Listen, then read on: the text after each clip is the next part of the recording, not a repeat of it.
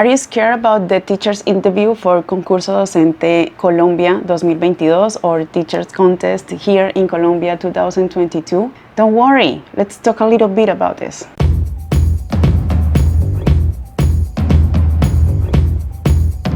First of all, I want to do a clarification in the information that you will see in this video, and is that I did my interview for the concurso docente in Spanish, as I'm participating for an occupation in Humanidades y Lengua Castellana.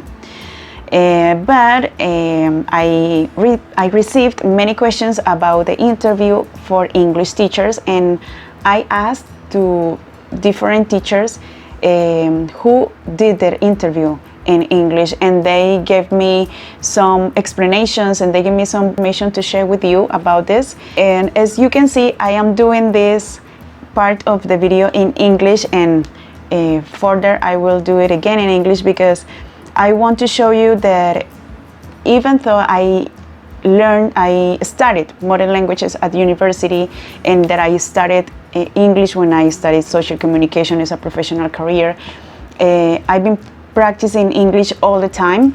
Maybe I haven't had the opportunity to go abroad to have those English native English speakers as friends who I could talk to, but as you can see, I still have many limitations when speaking, but I'm trying, and I want to show you that it's not so difficult, because maybe that's the biggest fears that we as teachers have, and is speaking.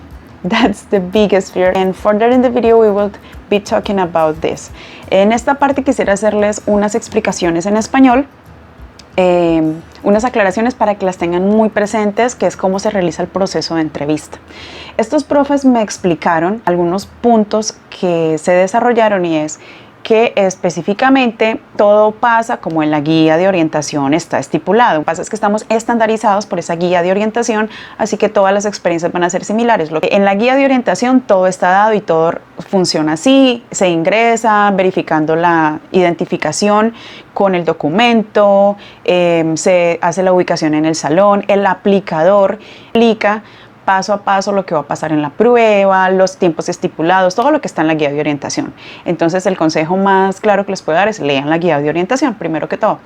Todo lo va a explicar él nuevamente en español, les va a decir que la entrevista va a ser grabada, bla, bla, bla, todo lo que ya les había explicado en el video anterior, pero aquí él lo va a hacer en español.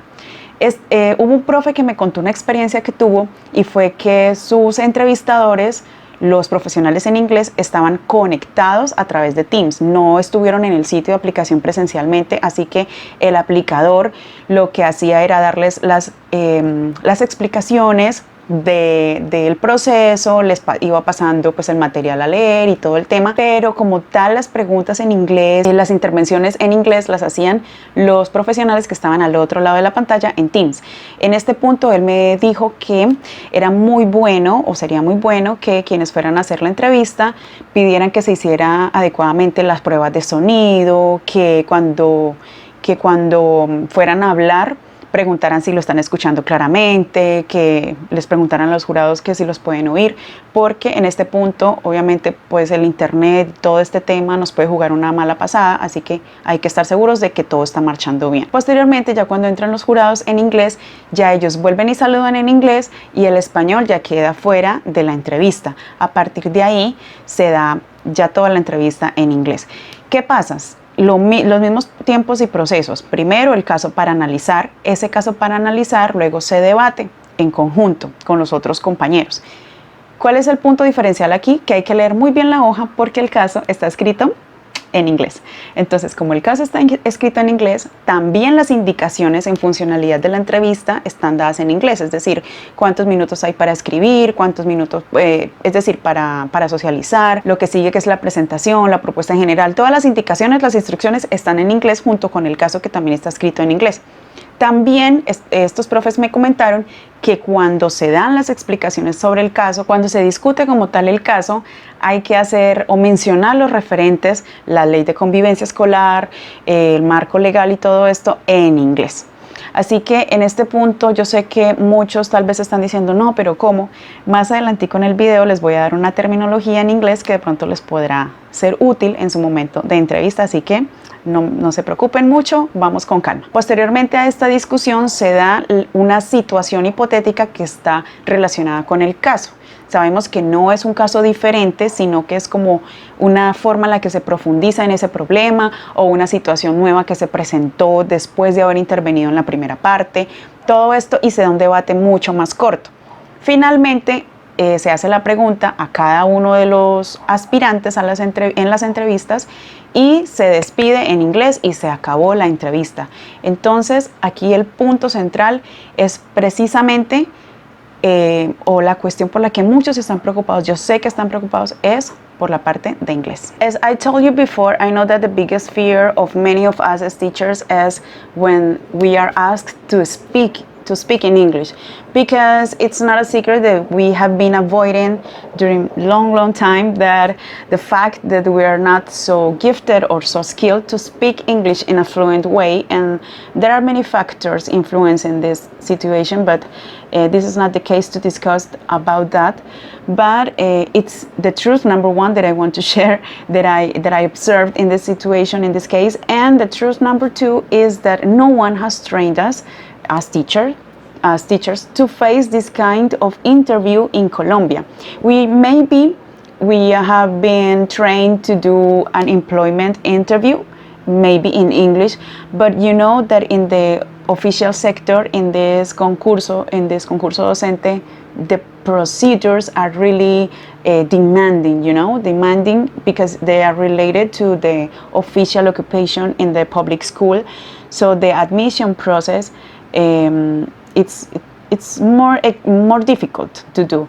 And in the guidelines that we received from the Guía de Orientación a la Entrevista, we can see that there are 3 skills that are going to be evaluated by the judges in that moment.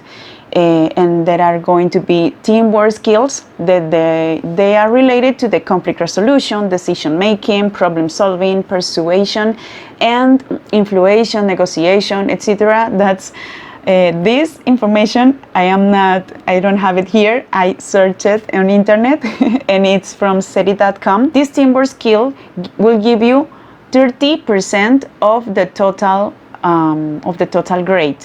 Okay. The second skill, it will be communication and interpersonal relationships. And according to the website futurelearn.com, these communication and interpersonal relationships are the process of people exchanging ideas, information, feelings, and content through messages and signals. This will give you until 35% of the grades, of the total grade. And finally, social and institutional commitment. This is how you support to the school educational project. And this will give you 35%. What I heard from the teachers that did that English interview is that judges will not be evaluating or testing your English level if you have a B1 or B2 or a C1, or maybe if you are so fluent at English. No, they will be not so concentrated in that. I will say that maybe it's a possibility that they will evaluate that in the communication skill, but we don't know the rubrics that they are going to use, so we cannot be sure about that. But I mean, the point here is not that you will be perfect in English or at English conversation, is that you will demonstrate to the judges that you will be a competent person, that you will be a skilled person for that occupation. And remember that what they are going to be observing is your behavior in work group, how you can manage or how you can handle the academic process by the hand of the school coexistence. And this obviously will demand from you that you can know the terminology, the glossary related to the school coexistence, the academic processes. And I know that what can make us concerned even more is all of that related to the legal framework. Because I did the exercise, I looked for in Google Ley de Convivencia Escolar 1620 in English, and it didn't appear anything. But I kept on searching and searching, and I could find two websites from two bilingual schools here in Colombia that they have developed their institutional educational project in English. So I will be quoting them here as I will explain the glossary, and they are the Colegio Helvetia. But before that, I would like to give you some tips that maybe it will be helpful for you if you want to put it in practice. And it's number one, calm down, keep calm down, because when you worry, you maybe limit your mind to develop the ideas when you will be there discussing with your colleagues. Maybe try to look for different strategies to keep calm down. For example, I don't know, breathing, concentrating even more in the situation that you are living there, that is solving the case, okay?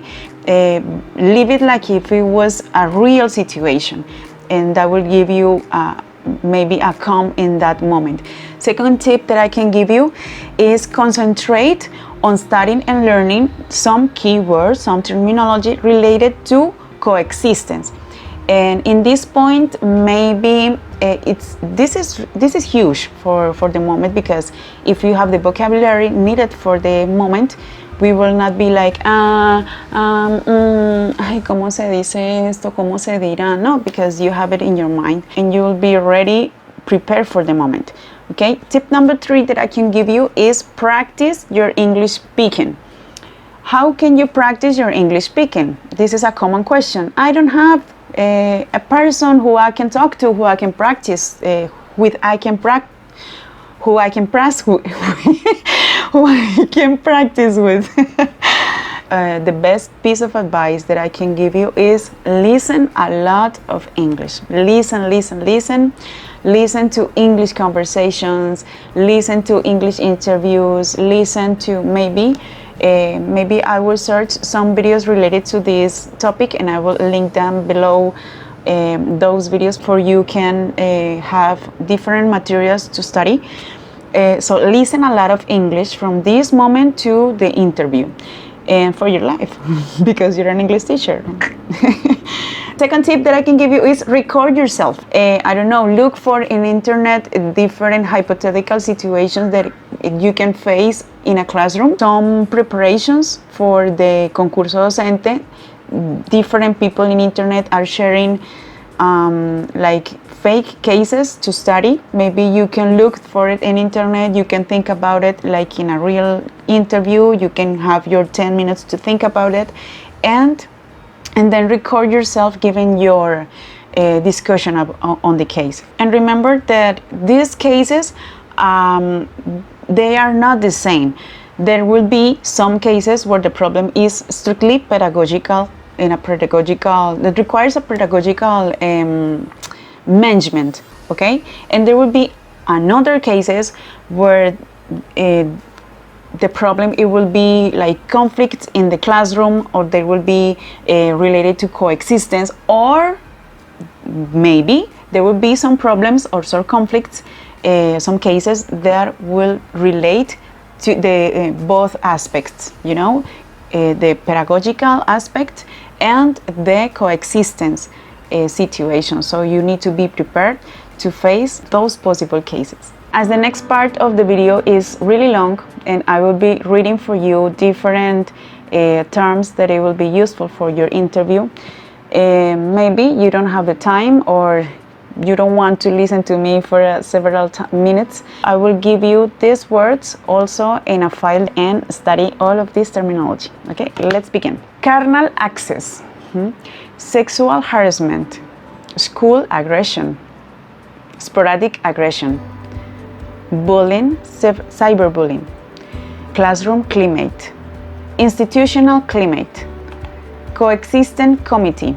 In this part, I will give you some explanation or some definition that Helvetia, Colegio Helvetia, gives in its website, and it's coexistence committee, is the body responsible for the promotion, prevention, attention, and monitoring of schools' coexistence, which is governed by the provisions of Article 13 of the Law 1620. Next term, counselor, consejero escolar, or school counselor, I think it's better. Comprehensive care route or attention roadmap. This comprehensive care route, it has 4 different phases. There are number 1, promotion. Lead the development of strategies and instruments aimed at promoting and evaluating school coexistence and the exercise of human, sexual, and reproductive rights. Prevention. Lead actions that promote coexistence, the construction of citizenship, the exercise of human, sexual, and reproductive rights, and the prevention and mitigation of school violence among members of the educational community. Attention. Conciliation forum for the resolution of conflictive situations that affect school coexistence at the request of any of the members of the educational community or ex officio when deemed appropriate in order to avoid irremediable damage to its member. Activate the comprehensive care route for school coexistence. This will happen in the event of specific situations of conflict, bullying, high-risk behavior, school violence, or violation of sexual and reproductive rights. Monitoring. Monitoring compliance with the provisions set out in the Coexistence Manual, Manual de Convivencia, and submitting reports to the respective body that is part of the structure of the National System of School Coexistence and Training for Human Rights, Educational for Sexuality, and the Prevention and Mitigation of School Violence, of the cases or situations that the committee has been informed of. Systematic behavior. Citizenship skills. Community handbook. Inadequately handle conflicts. Peaceful coexistence. Human rights. Human, sexual, and reproductive rights. Human dignity. Education for the exercise of human rights. Exercise of human, sexual, and reproductive rights. Child sexual exploitation. Guarantee of rights. Gender. School mediation. Sexual orientation. Pedagogical process. Protocol. Restoration of the rights of girls, boys, and adolescents. Revictimization. That it may be a repeat of what originally happened, or it may be another form of abuse. That's revictimization. Violation of the rights of children and adolescents. Regarding to this, use existing legal mechanisms and those established in the comprehensive care path referred to in the 1620 law to restore the rights of their children when these are violated. Remember the law 1620 of 2013, regulated by Decree 1965 of 2013, created the National System of School Coexistence and Training for the exercise of human rights, education for sexuality, and the prevention and mitigation of school violence. Activate the comprehensive path for school coexistence. This is a key point for the interview, teachers. Defined in the Article 29 of Law 1620 of 2013, in the event of specific conflict, school harassment, high-risk behaviors, school violence, or those that cannot be resolved by the committee in accordance with the provisions of the community handbook. Okay? In that case, maybe it would be necessary to activate the comprehensive care path for school coexistence. Type 1 situations. Conflicts handled in an improper manner and those sporadic situations that negatively affect school climate and that in no way cause damage to the body or health. Type 2 situations. Those that involve school aggression, bullying, and cyberbullying, which don't have the characteristics of a crime and which comply with any of the following characteristics. They occur in a repeatedly or systematic manner. and they cause damage to the body or health without this resulting in disability for any of the parties involved. Type 3 situations. Those involving school aggression that are constitutive of alleged crimes against freedom, integrity, and sexual formation, referred to in the Title 4th of Book 2nd of Law 599, maybe, or 599 of 2000, or when they constitute any other crime established in the criminal law Colombian in force, are classified in this category. Okay, maybe in this case I will give you some steps in the route, in the care route, but remember, this is not by me, this is by the law 1620, and I found it in the Colegio Anglo-Colombiano website, okay? This is a disclaimer, it's an important disclaimer.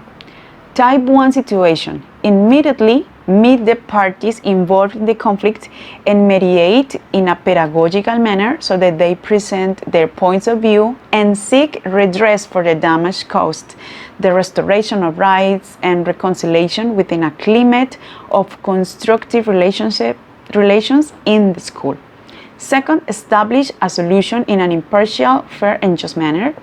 This action will be recorded. And third, monitor the case and the commitments in order to verify the solution was effective. Type 2 situations. First, in cases where damage to the body or health occurs, ensure the immediate physical and mental health attention for those involved by referring them to the competent entities. Second, when measures to restore rights are required, refer the situation to the administrative authorities. 3. Adopt measures to protect the parties involved in the event of possible actions against them. Fourth, immediately inform parents or guardians of all students involved. This term guardians, I think, is related to acudientes. It's a really interesting term. Fifth, offer opportunities in which the parties involved and the parents or guardians of the students can represent and specify what happened, guaranteeing the right to privacy, confidentiality, and other rights in all cases. Sixth, determine the actions that seek redress for the damage caused, the restoration of rights and reconciliation within a climate of constructive relationship, as well as the consequences applicable to those who have promoted, contributed, or participated in the situation reported. Seventh, inform the members of the school coexistence committee of the case, who will perform the analysis and follow up in order to verify if the solution was effective or if implementing the Type 3 situations protocol is required. Type 3 situations. The same as in Type 2 situations, in addition to informing the National Childhood and Adolescence Police of the case, which requires follow-up. In the event the case is classified as a high-risk situation, Type 2 or 3, the rector or the principal must notify the corresponding government entity if he or she considers it necessary to the ICBF, Bienestar Familiar, the Family Welfare Office, or the Child and Adolescent Police, and record the pertinent information with the education's warning system. Okay, my teachers, thank you for all of your attention during all of this long video. And I will be really happy if all of this can help you to face an interview in a more relaxed way, in a more natural way. Remember that this interview will only give you 5% of 100% of the points in the final grade. So don't worry, just prepare and relax. Okay.